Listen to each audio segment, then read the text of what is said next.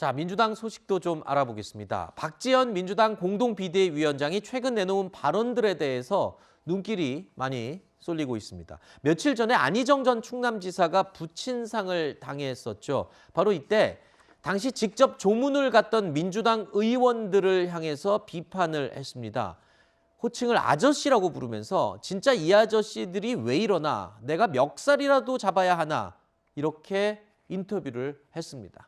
그리고 오늘 한 라디오 인터뷰에 출연한 박지현 위원장은 또 이런 얘기도 했습니다.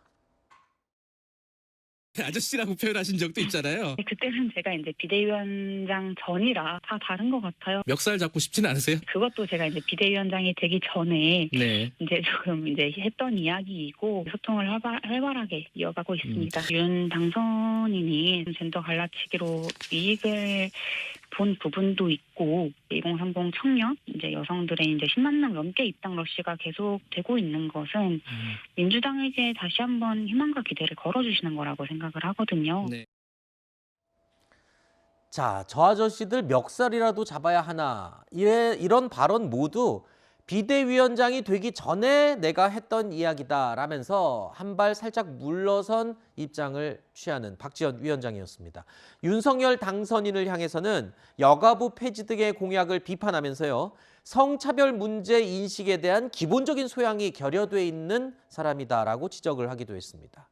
자, 그동안 이준석 대표와 대립각을 세워오기는 했습니다만 윤석열 당선인을 직접 비판했던 건 이번이 처음인 걸로 생각이 됩니다. 결국 박지원 위원장이 강조하는 것은 여성 인권인데, 최근에 이재명 상임 고문이 2030 젊은 여성들에게 큰 인기를 끌고 있다는 것도 언론 보도를 통해서 알려져 있는데, 자, 그렇다면 앞으로 민주당의 기조는 여성, 2030 이 기조로 가는 걸로 이해를 하면 되겠습니까? 저는 어쨌든 정치적인 어떤 선택이라기보다는 이 길을 갈 수밖에 없는 국면이 온 것 같습니다. 지금 윤석열 당선인이 내세우고 있는 여성 정책과 그 기조라는 게 이를테면 상징적인 게 여성가족부 폐지입니다. 여성을 좀 더 지키겠다라고 얘기하지만 사실 여성가족부가 아니면 지원할 수 없는 그런 여러 가지 뭐 성범죄 피해자 지원이랄지 이런 업무가 분명히 존재하고, 여성가족부 같은 경우에 가장 많은 예산이 집행되는 것은